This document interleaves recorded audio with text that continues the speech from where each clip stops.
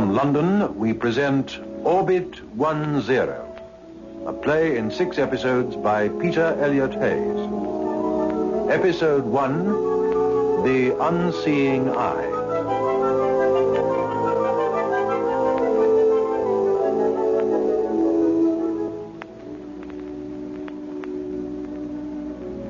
In Fleet Street, they say a good story gets its facts across. So facts it's going to be. My name's Tom Lambert, and I work in a daily paper that maybe came through your letterbox this morning. It's a good many years now since I wrote my last article on the cosmic noise and what followed. But it's my belief that the whole inside story never was told. That was why a few weeks ago I tracked down the man who lives with the whole truth, Dr. Hayward Petrie. I found him in an Oxfordshire village. He's retired now, and we talked about the old days for a long time. I came away with an empty notebook, but not empty-handed. I have here 6 reels of recording tape which Dr. Petrie lent me. His own recordings made 10 years ago, dictated by him, alone in his study, remembering. I played these tapes. It's all here, better than I could tell it. Our glimpse across a weird threshold on the rim of space where there should be nothing but eternal frozen darkness. Yet where there was something more. You're going to hear the first of the Petrie recordings. For the moment, I need do no more than press the switch and let Dr. Petrie and the facts speak for themselves. Ready? Notes, first reel. My name is John Hayward Petrie. I'm a doctor of science, and my purpose in making these observations is to... Oh, hang it, I can't lecture to a machine. I'll do this my own way or not at all. Now, where to begin? I must go back. Kensington, London. Some years ago, the old Imperial Museum in South Kensington was turned into the Commonwealth College of Science. It worked well, the college. Some of the old vision of empire must have lingered, though, because there was a department to study a new potential empire, space. The School of Astrophysics. East wing, 3rd floor, quite handy for the canteen. I was its head in those days, and a keen crowd we were. It really began on a grey November day in the college's 2nd year. I was lecturing my course that morning. Among the heads bent dutifully over notebooks were 2 that, with me, were to experience things that would make us doubt our sanity. But none of us knew that then.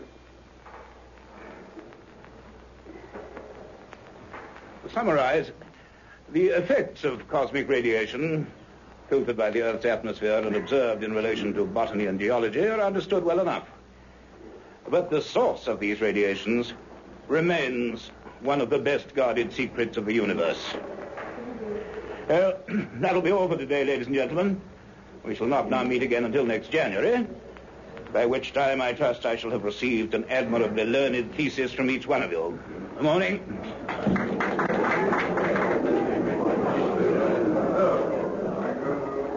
What, my dear Miss Ryder, is that? A new form of lecture shorthand? Hello, Cliff. This? Yeah. Oh, just a doodle. Some doodle. I've been watching it develop for the last half hour. Took me right out of myself and the lecture.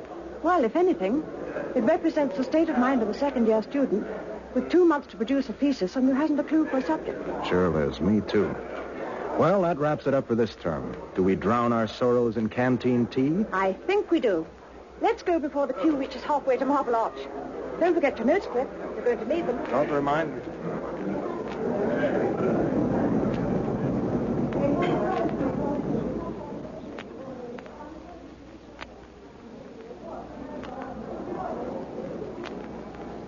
Madam's usual table? Am I the trade, Bill? Want some hot tea down your neck? Sure. Well, I guess we can squeeze in here by the window. Okay. Have a chocolate biscuit? Thanks.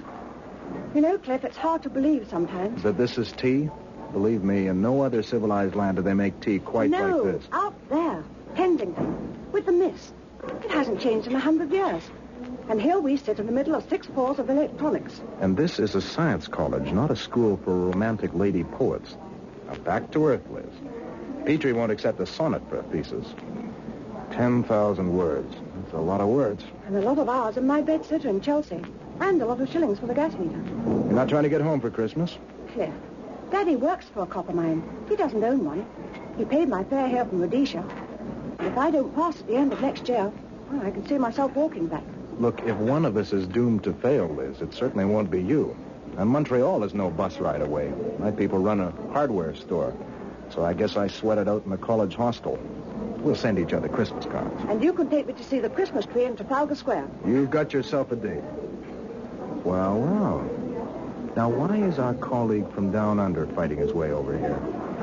You'll make it, Whitey. Hi, Liz. Got a message for you two. The prof wants to see you in his study. Dr. Petrie? Yep, he's whining.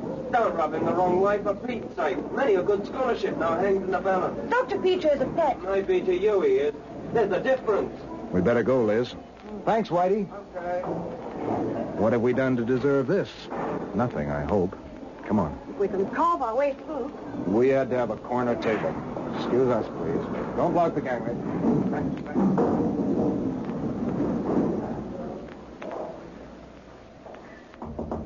Come in. Ah, Mr. Boyd, Miss Ryder. You got my message? Yes, sir? Yes. Good. Sit down, please. Thank you, sir. Now, I have your course records here. I've been glancing through them. They may not on the whole suggest that you're the two most brilliantly gifted students of your year. We don't think so either, Doctor. We just hope we're good enough to get through all three. Yes.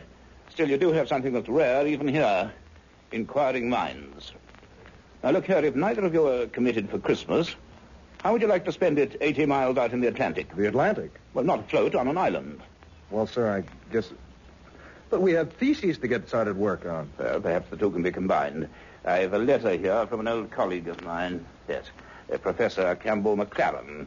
He's in charge of the radio telescope that three of our universities built between them. The one in the Outer Hebrides? Yes, it's on the Isle of Skara, about 40 miles west of Barra. It's a very powerful apparatus, more adaptable than the one at Jodrell Bank. McLaren's been working there in splendid isolation for 2 years, studying cosmic radiation. Has he made any progress? Well, McLaren is the least excitable person alive, and that's why the voluble style of his letter puzzles me. However, the point is, he wants a second opinion on some findings. He suggests that I spend a few weeks there and bring a couple of students to assist. You can make observations, take notes, and I will accept in exchange 7,000 words on radio astronomy, but not Great. one less. Well? I'd love to come, sir. I'm not asking what you would love, Miss Ryder. I wish to know if you feel you would benefit from an insight into field research. I mean, yes, I think it would be very helpful. Good. And what about you, Mr. Byrne? Glad if you'll count me in, too, sir.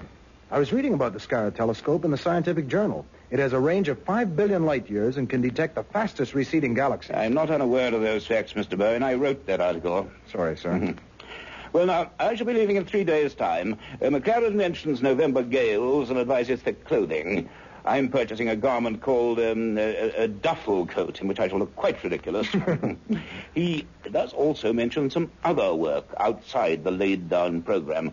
In his own well-chosen words, some wee backroom messing about, which should be right up your street. Well, we shall see. Please meet me at Euston at 8 p.m. on Monday evening. Right. I'll make the traveling arrangements. Thank you, sir. Fine. Now, I really have a great deal of work to do, so good morning to you. We'll be there. Goodbye, sir. Good morning, Dr. Petrie. Good morning.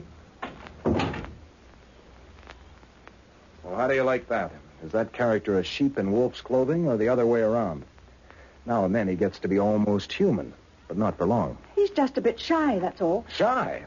Oh, sure, and modest, too, like your Dr. Johnson was. Now, come on. We've got a lot to do before Monday. Yes, let's go.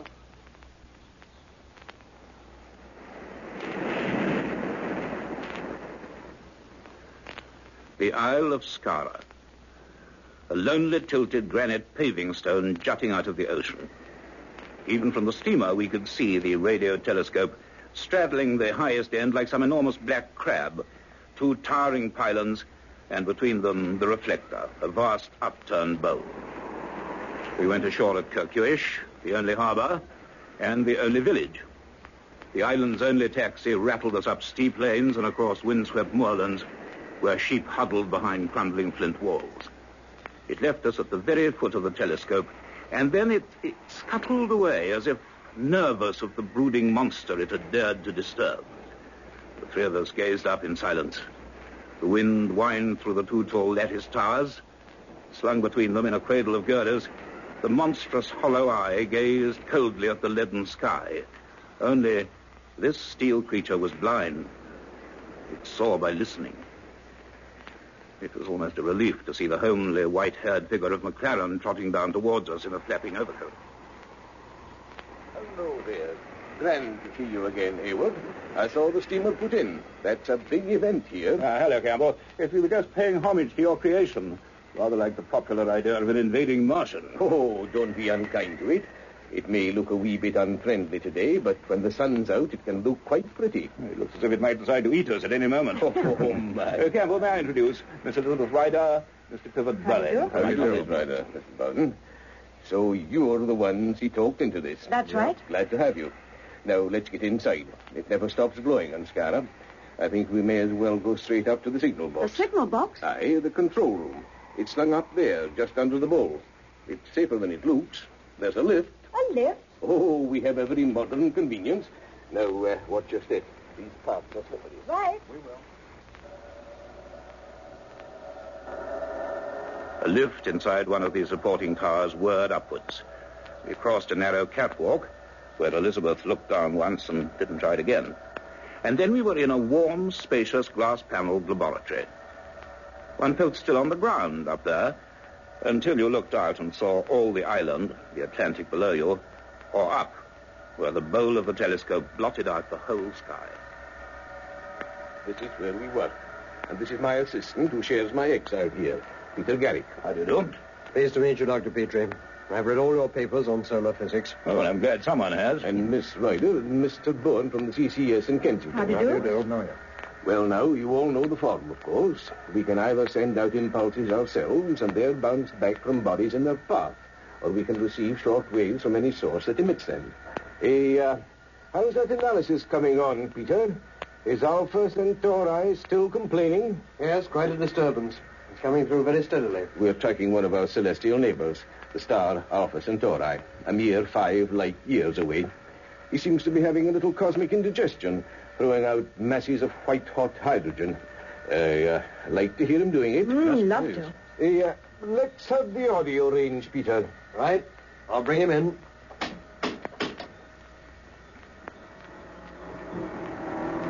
Aye, there he is. The sound of a furnace hot enough to shrivel the earth, but too far for any ordinary telescope to see. Of course, we're not hearing the physical activity, just the radiations it gives off. Yes, quite so. Swing off to a general bearing, Peter. Let's have the third program for a change. Anything in particular? No, the full orchestra. Right.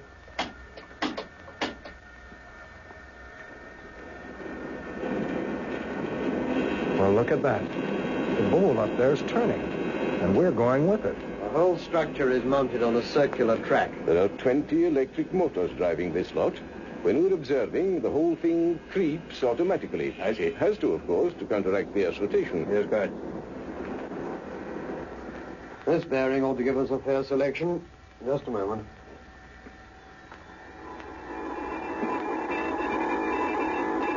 There it is, Hayward. The creaking of the universe. The voices of 1,000,000 galaxies. Some of those signals began their journey before men learned to live in caves and chip flints, and have only just arrived. But all that is dead noise, given out by bodies much like our own sun. Aye, and there are more things in heaven and earth. Campbell, what do you mean? I'm not sure that I know myself. Oh. There, you see, it goes on tape and into these computers for analysis. And these pens scratch it out in graph form, mile after mile of it. Oh, you research people have all the fun. I'd like one of these in Kensington. Well, tomorrow we'll get down to it in detail. Surely. I'd be glad of your advice on one or two problems. Well, shall we go down? Yes. We have our quarters in those concrete buildings near the cliff. We live well enough, thanks to Mrs. McWhirter, our resident cook. She's promised us dinner at 7. Peter, at 8, will you go on to bearing C60? C60. Tonight, sir? Yes, tonight. Very good. I'd hang on to the handrail when you get outside. The wind seems to be getting up. One of our problems is the rain that collects in the bowl. On a bad day, the drain ducts have to cope with something like 600 waters.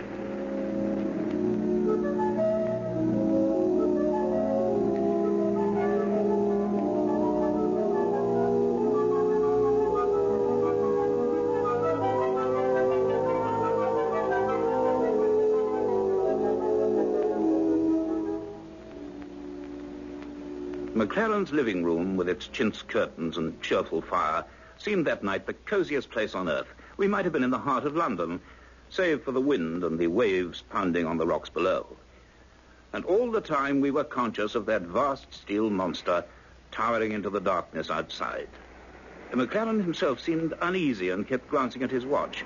And at 8:15, he said, Hayward, I've been doing a little work of my own, a sort of sideline. I think it might interest you. We could take a look now if you'd care to. I said I would. So McLaren led me out of the concrete block, and we dashed through the rain to another which housed the electric generators, then down some bare steps into a series of basement rooms. The last and largest was not as elaborately equipped as the signal box, but there were control consoles, a computer in a shiny grey cubicle, and another recording machine, its stylus scratching a jagged red line on a creeping roll of graph paper. And as soon as he closed the door, I realized that McLaren had only been keeping up his cheery manner with an effort. I dare say you're surprised to find another laboratory down here. The universities don't know about this yet. Well, I knew you were keen on investigating cosmic radiation, Campbell, but... No, this is something else. Aye. Now, where to begin? Look at that pen, Hayward. Mm-hmm. See the trace it's making? Yes, it seems fairly regular. Is it something the telescope is picking up? Aye. Garrick's on to a certain bearing. What do you mean? I'll put it in a nutshell. A year ago, we noticed that a very persistent signal kept breaking in on our other recordings. Oh? We put it down to meteor showers or the like. Then one day, for something to do, we focused accurately on them and recorded them for several hours. Garrick was curious about the results, so we fed them into the computers. Uh-huh. The usual variations emerged. But this time, they were in the form of a regular pattern. But that's impossible. Cosmic emanations are either continuous or intermittent. There could be no system. Unless... Aye, unless what? Well, unless they were from some artificial source, in some way being, transmitted. We made more recordings and more. We analyzed, compared sequences, and soon we had no doubts at all. There was form and system. No. There could be only one thing, a means of communication. Soon we confirmed something else, the position of the source and the range. Well, if they're coming from some distant nebula... They're not, Hayward. Huh? They originate somewhere on the edge of our solar system. We place the point of origin at a distance of no more than 500,000 million miles. You mean just beyond the orbit of the farthest planet from the sun, Pluto? Just so.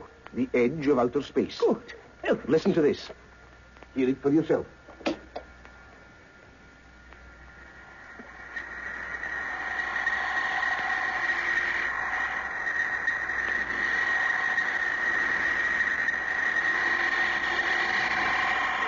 There's meaning, intelligence behind that sound. And I'll tell you something else. Garrick has worked for months on the breakdown graphs. An organized system is emerging. It's a code, and he believes he's on the way to breaking it. Good heavens, of course, any kind of common word language is out of the question. It would have to be some other way of transmitting ideas. It could be figures, theorems, atomic numbers, the linear spectrum, things constant to all matter everywhere. Mathematics, after all, is a universal language. Just so. Good heavens, You know, if we're right, Hayward, this is an event of tremendous importance. Have you made any statements? No. Communication with some other intelligence beyond the Earth. We've got to be very sure. Campbell, this is fascinating. I must go over it with the smallest detail. Once we can find the basic key, that's a voice we are hearing, a small voice speaking to us across space. We must learn to understand it. We must.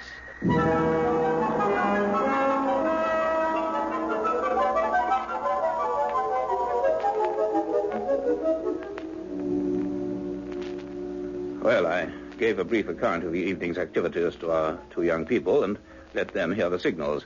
And then for the next 3 days that followed, we thought of little else. We spent them either in the underground laboratory or in the high control room beneath the telescope, poring over the neatly filed rolls of squared paper. And on went that jagged red line, saying so much, but then meaning so little to us. On the third day, McLaren and I wanted to work alone, so Clifford and Elizabeth took the brief opportunity to look over the island. They explored the harbor at Kirkuish, took snapshots, and ended up in the evening at the small stone inn near the jetty. Any good at darts, Cliff? Heck no, that crazy little board, I can't even hit it. But I'll take you on at ice hockey anytime. It's not played much in pubs, I'm afraid. Good evening, sir. Good evening, landlord. Usual for you, Liz? Yes, please. 1 tomato juice and a half of draft. 1 tomato juice and a half of draft. Well, Cliff, we have walked into something. We certainly have. But nobody sane believes that any other planet beyond Mars can possibly support any life beyond a few fungi and mosses. Too far from the sun. No light, no heat. And beyond Pluto, 500 million miles. There's nothing out there. Just freezing darkness. And nothing. Well, that's what the book says. But let's just hope, for the sake of professional dignity, that those signals don't turn out to be mixed-up dance music from Radio Istanbul or somewhere. Somehow, I don't think they will, Cliff. Neither do I. There's something about that noise that gave me the creeps around the back of my neck. 1 tomato juice and a half of draft. That will be 1 and 9pence, please, sir. Right. 1 and 9. Thank you. Thank you, sir. Thank you. Well, cheers. Cheers. The young lady and yourself will be concerned with the contraption, no doubt. That's right. Hey, just listen to that wind out there. Landlord, are there ever days here when you could keep a hat on? Oh, yes. But this is the 3rd winter, so there will be bad weather. The 3rd winter? What's that? It is the time when the Kirkuish monster visits us. The Kirkuish monster? It is a fisherman's story. It is said the sea monster returns to Skara every 3rd year and swims round it, bringing ill weather and driving off the fish. Have you seen him? Or does he only appear when no one's looking? It is a story. They say the place to watch from is Dromerd Point on the north of the island. No, I cannot say that I have seen the monster, but then I cannot say that I haven't. Well, I think it's time we were getting back, Cliff. Okay, Liz. Good night, landlord. Good night, sir. Good night. We'll look out for the monster. Aye.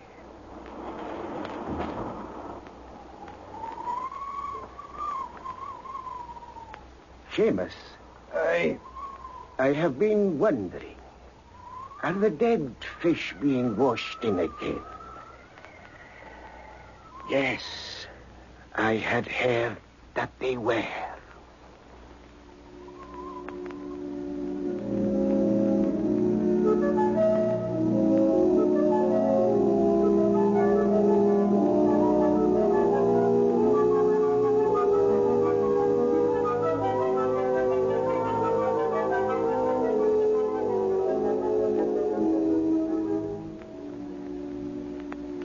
Our work continued.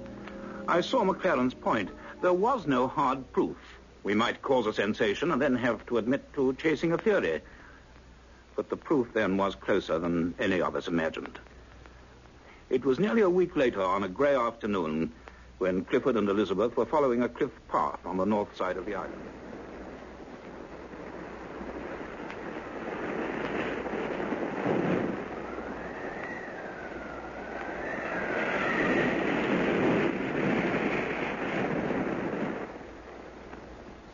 So this is Dromerd Point.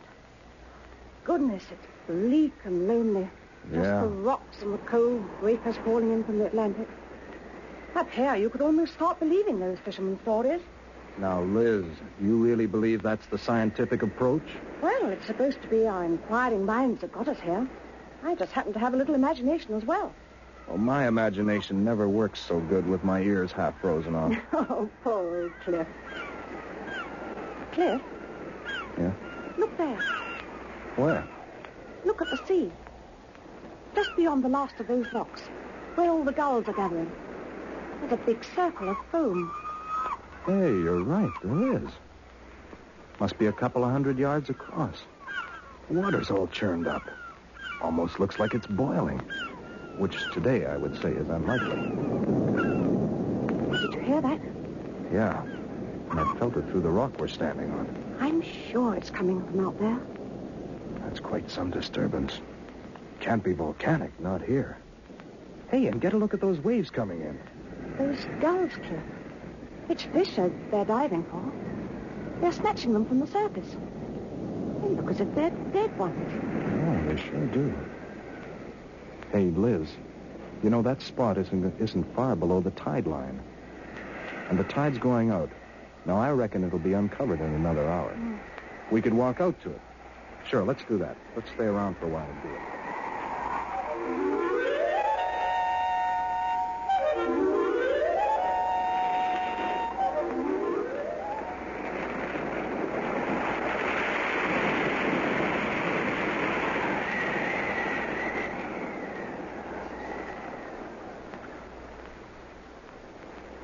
That big rock is just away to the right.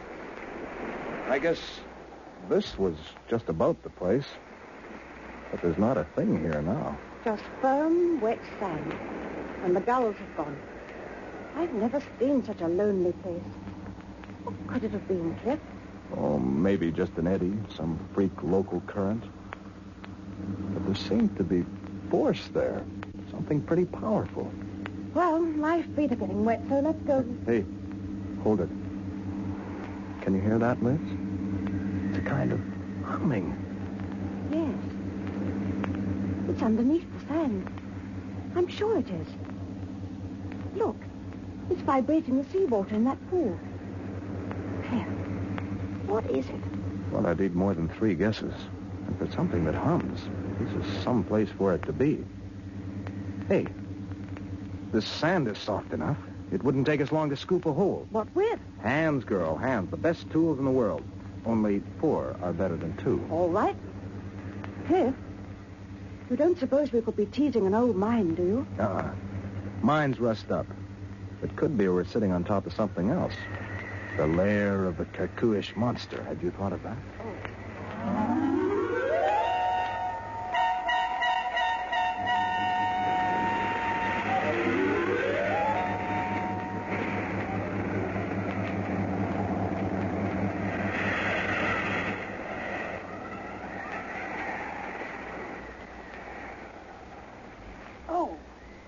Well, what is it? Oh, a great fat lugworm. Oh, it's hopeless. As fast as we make the hole bigger, it fills up with water. I'm getting soaked. We need spades. Well, it can't be down so deep. Try and keep going, Liz. Oh, there goes a nail. Cliff, I broke it on something hard. Hey, just let the sand settle. Yeah, do you see it? There's some kind of curved edge. Let me get down there. It goes down quite a way. It looks like a circular metal plate. It's covered with tiny shellfish. Yeah, marine crustacea. Sea deposit. Must have been submerged for years. Now we're getting to it, Liz. You feel that vibration? The thing's going like a dynamo. Cliff, don't touch it anymore. I don't like it. You can see what it is now, can't you? I guess so. The end, it's about 3 feet across, and it runs quite a way under the sand. It's a cylinder.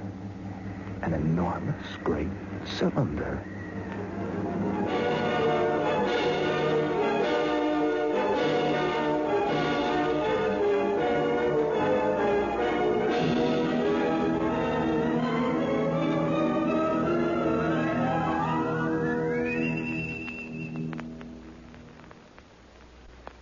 That was Orbit 10, a play in 6 episodes written by Peter Elliot Hayes and produced for the BBC by David Duse.